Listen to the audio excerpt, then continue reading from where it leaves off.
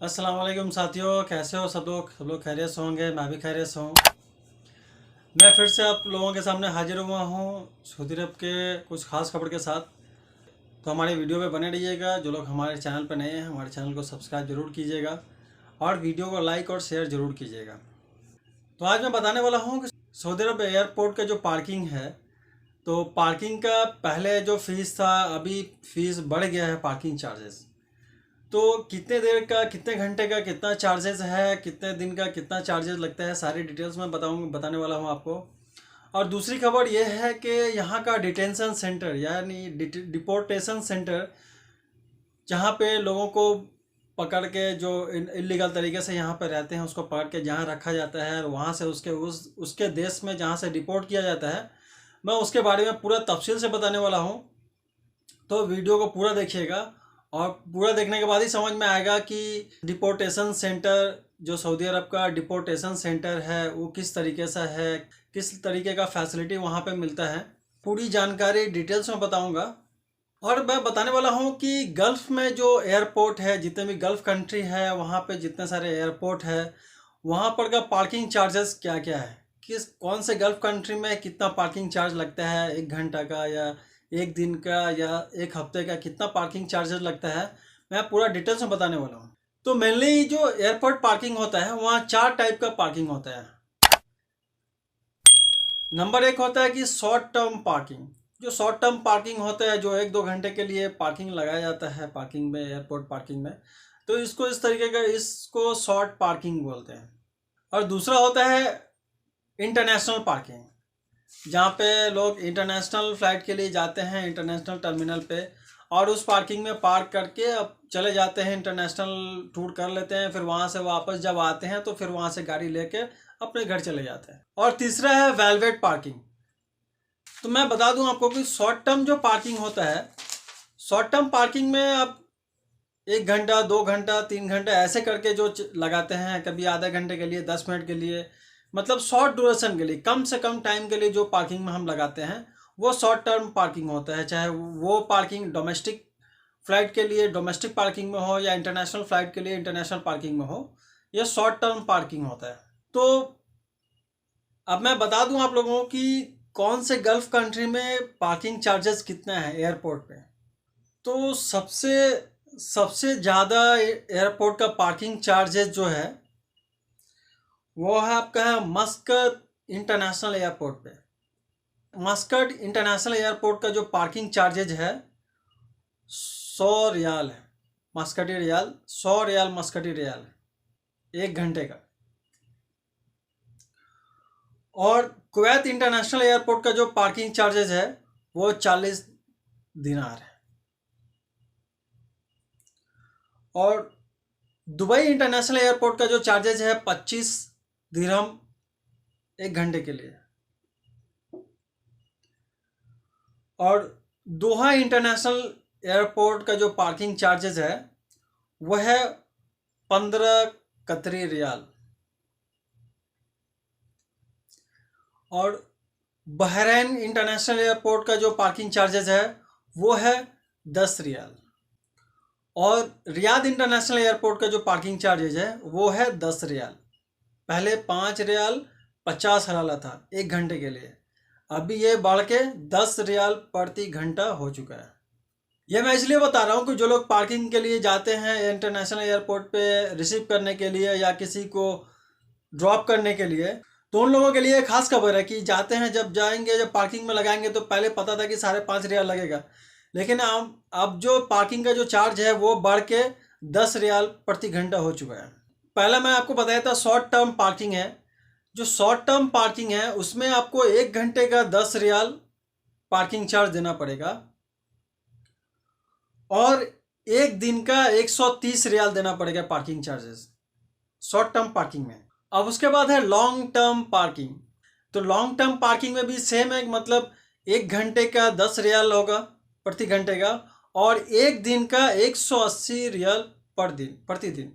यानी कि 1 दिन में पूरा 24 घंटा का 1 दिन होगा, तो 24 घंटे के लिए 180 रियाल आपको देना पड़ेगा। ये दोनों short term and long term parking था। ये डोमेस्टिक एयरपोर्ट के लिए, डोमेस्टिक टर्मिनल के लिए, टर्मिनल रियाद एयरपोर्ट में टर्मिनल 5 जो है वो डोमेस्टिक है। तो डोमेस्टिक के लिए short term and long term, तो शॉर्ट टर्म और लॉन्ग टर्म में ये है कि आपको शॉर्ट टर्म में 1 घंटे का 10 रियाल लगेगा और पूरा एक दिन का 24 घंटे का 130 रियाल लगेगा। लॉन्ग टर्म में ये होगा कि 1 घंटे का 10 रियाल लगेगा और पूरा 24 घंटे के लिए, एक दिन के लिए 180 रियाल देना पड़ेगा लॉन्ग टर्म पार्किंग। अब आइए इंटरनेशनल पार्किंग। यहाँ भी 1 घंटे का इंटरनेशनल पार्किंग जो है, जो टर्मिनल 1, 2, 3, 4 है, तो उसमें आपको 1 घंटे का 10 रियाल देना पड़ेगा पार्किंग चार्जेस। उसके बाद पहला 2 दिन 130 रियाल प्रतिदिन लगेगा। 2 दिन के बाद आपका 40 रियाल पर डे लगेगा और पूरा 7 दिन के लिए 460 रियाल लगेगा पूरा एक हफ्ते के लिए। अब आइए वैलेट पार्किंग। तो वैलेट पार्किंग में क्या होता है कि वैलेट पार्किंग में आपको जाके गाड़ी हैंड ओवर दे देना है। जब जाएंगे वैलेट पार्किंग में तो गाड़ी आपको वहाँ का कर्मचारी रहेगा, वहाँ पे जो वर्कर रहेगा काम करने वाला उस पार्किंग का, तो आप उसको वैलेट पार्किंग में जाएंगे, गाड़ी उसको हैंड ओवर दे देंगे। वो वहाँ का जो कर्मचारी है वो आपका गाड़ी ले गया करके पार्किंग में लगा देगा। फिर जब आप वापस आएंगे गाड़ी लेने के लिए तो आपको वहाँ पर आप जाएंगे तो फिर आप वहाँ का जो कर्मचारी है, वर्कर है, आपका गाड़ी ला करके आपके पास दे देगा। तो इस लेकर जाने और लेकर आने का जो चार्जेज है ये आपका 57 रियाल 50 हलाला है।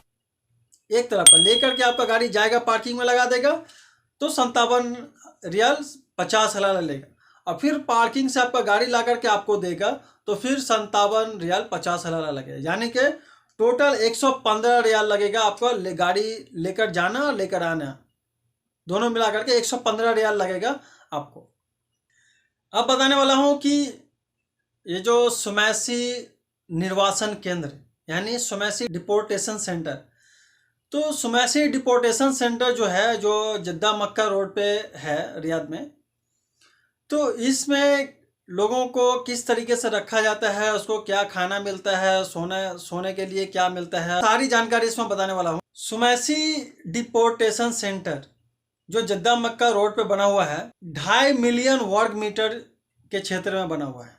उसका जो एरिया है 2.5 मिलियन स्क्वायर मीटर, और इसमें 32,000 कैदियों को रखने की क्षमता है।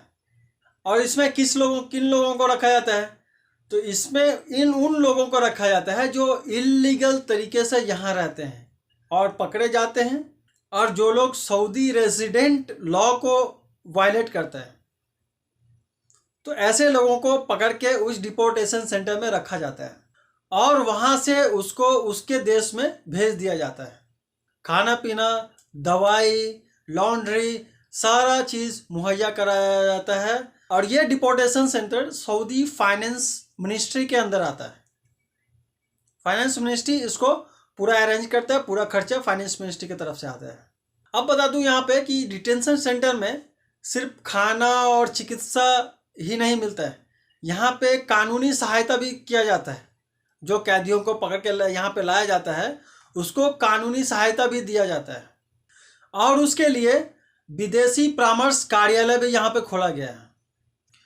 अब बता दूं यहाँ पे कि यहाँ पे जो हॉस्पिटल है, जो डिटेंशन सेंटर के अंदर हॉस्पिटल है, जो 4,40,000 स्क्वायर मीटर में बना हुआ है, ये डिटेंशन सेंटर के अंदर में बना हुआ ये हॉस्पिटल। कोई कैदी बीमार हो जाता है तो उसको बाहर लेकर नहीं जाया जाता है, डिपोर्टेशन सेंटर के अंदर ही हॉस्पिटल होता है और उसमें वहाँ उसको उपचार दिया जाता है, उसको ट्रीटमेंट होता है।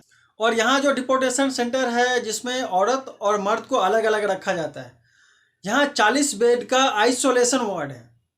किचन कैसा है डिपोर्टेशन सेंटर का, वहाँ खाना किस तरीके से बनता है, कितना बनता है और किस टाइम पे उसको कैदियों को दिया जाता है।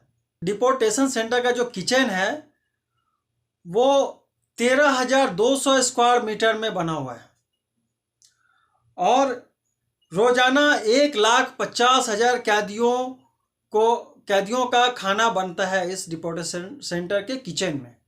यहाँ पे गर्मा गर्म खाना बनता है और सारे कैदियों को गर्मा गर्म खाना ही डिस्ट्रीब्यूट किया जाता है, उनको बांट दिया जाता है।